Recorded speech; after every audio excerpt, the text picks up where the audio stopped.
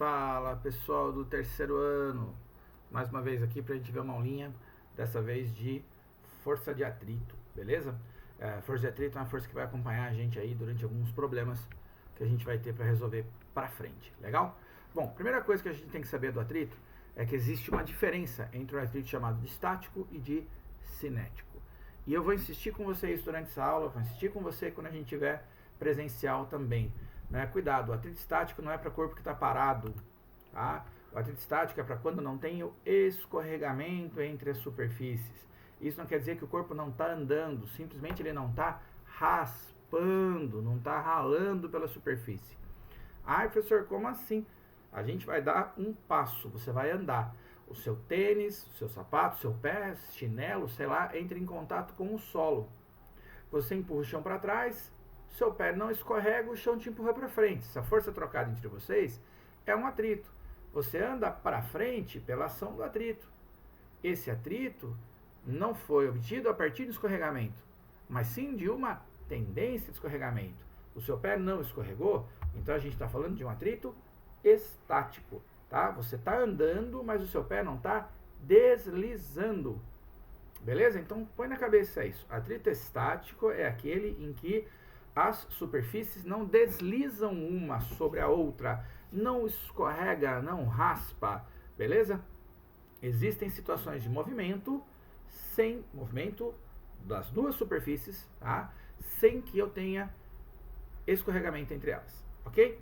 Então vamos lá. Toda vez que eu tenho essa situação, então a gente diz que é um atrito estático, ele tem sentido oposto ao da tendência de escorregamento.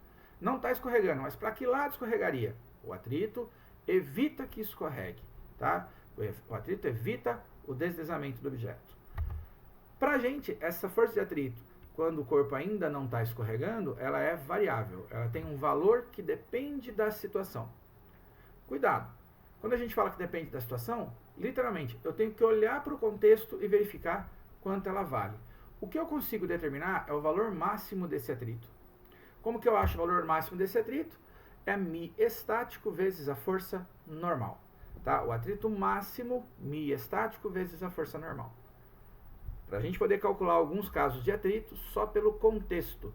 Via de regra, esse objeto vai estar em repouso, tá? E aí eu consigo saber que a resultante sobre ele tem que ser zero. Muitas vezes isso acontece, não é sempre. Então a gente vai deixar para a gente ver em exercícios, ok? Bom, o que é contrário do atrito estático? É o atrito cinético. E aí é para quando eu tenho escorregamento entre as superfícies. Quando eu tenho um movimento relativo entre as superfícies de deslizar, raspando uma em cima da outra. Ok? Nesse caso, ele também é paralelo e oposto ao escorregamento. Tá? Esse é mais fácil a gente desenhar, a gente está mais acostumado. A gente erra menos esse cara aqui. A intensidade do atrito cinético, ela é constante. No atrito estático, depende. Falo de novo, ele é variável. E eu conheço só o valor de atrito máximo. Outras situações de atrito estático eu preciso calcular pelo contexto. Cinético não. Uma vez que o objeto começou a raspar na superfície, deslizar na superfície, o atrito vai ser fixo. Como que eu acho? Atrito cinético é μ cinético vezes a normal. Beleza? Esse μe e μc, letra grega μ com e e com c, são duas constantes, são duas grandezas que indicam para mim quão áspera é a superfície. Tá, o atrito aparece porque a superfície não é perfeitamente lisa, ela tem uma certa rugosidade. Então, microscopicamente, eu tenho partes da superfície que se intercalam. O μ estático é quando a gente deixa esse cara parado e encaixa muito um no outro. Para eu começar a andar, eu tenho que vencer essa primeira resistência. Esse μ estático é mais difícil. Tá? E o cinético não. Quando o cara já está andando, ele não encaixa tão perfeitamente essas micro-rugosidades e o cara consegue se deslocar de maneira mais fácil.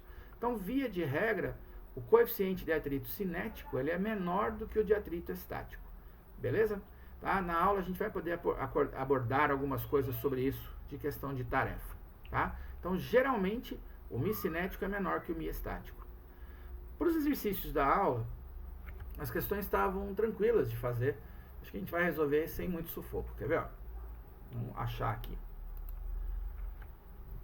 Desenho de força. A gente já desenhou algumas forças de atrito em aulas anteriores. Tá? A galera tinha ficado provavelmente com dúvidas em algumas coisas lá, que é normal, mas a gente já tinha desenhado. Então ele fala assim, ó, determine sem se preocupar com a escala, os vetores que representam as forças que agem nos corpos nas situações descritas. Letra A. Um corpo sendo arrastado por uma superfície plana horizontal. Ele não disse que não tem atrito.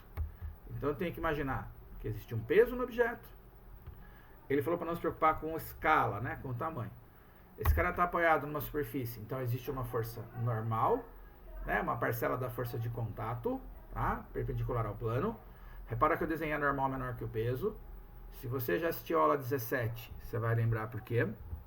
Aí a gente tem uma força de atrito oposta à tendência de escorregamento, tá? Porque a gente sabe que esse cara está puxando com uma tração T para cá, tá? Então a tração T aqui, ó, ela tenderia a fazer o cara escorregar para a direita, ou nesse caso, ela vai puxar ele para a direita, ele está andando para a direita. E aí então eu tenho um atrito oposto ao escorregamento. Lembra, uma parcela dessa tração é vertical, junto com a normal lá anula o peso, e a parcela horizontal dela faz esse cara se deslocar, tá? Ela parece, tirando o fato de ser uma pessoa e não um trator, a última questão que a gente fez do módulo 17, tá? Só que aqui sem precisar fazer a matemática da continha, né, de determinar quanto vale a resultante. Fácil, né, o desenho de forças? Letra B. Um carro estacionado em um trecho inclinado da rua. Pessoal, esse carro está andando? Está se deslocando? Não. Então o atrito é estático. Esse estava andando, então era cinético. Forças que atuam no cara. Peso para baixo. Beleza? Todo mundo tem peso, vertical para baixo. Normal, perpendicular ao plano de apoio. Então tá aí. Se não tivesse atrito, para onde que o carro iria? Tá, imagina que isso aqui é uma pista de gelo. E aí você coloca um trenó lá em cima, que o atrito é praticamente desprezível. Para onde que esse trenó vai? Para baixo. Este cara não está escorregando, porque ele falou que ele está estacionado. Então o atrito tem que ser contrário ao escorregamento, ao deslizamento. O carro deslizaria para baixo, então o atrito é paralelo ao plano, no sentido oposto ao escorregamento. Beleza? Sempre o atrito é paralelo ao plano, né? Ó, paralelo ao plano de contato. Aqui, oposto ao lado para onde escorrega, e aqui oposto ao sentido para onde escorregaria. Tá? O atrito evita que o cara escorregue. Belezinha? Tá aqui, ó. Olha essa questão que legal. Um corpo deslizando no interior de uma superfície cilíndrica. Vai, como se fosse um corte aqui de uma pista, num half pipe aí, de um bowl, sei lá eu. É interessante que o atrito é uma força que eu dependo de saber duas coisas. Primeiro, se ele está escorregando ou não. E aqui ele falou que ele está deslizando. Então eu sei que o atrito vai ser cinético. Quando o atrito é cinético, ele é oposto ao sentido de escorregamento, oposto ao lado para onde o corpo está andando. Para que lado que o corpo está andando aqui? Quem fez a questão esqueceu de dizer isso aí para nós. Eu não sei se esse objeto estava descendo ou se nesse instante o objeto estava subindo.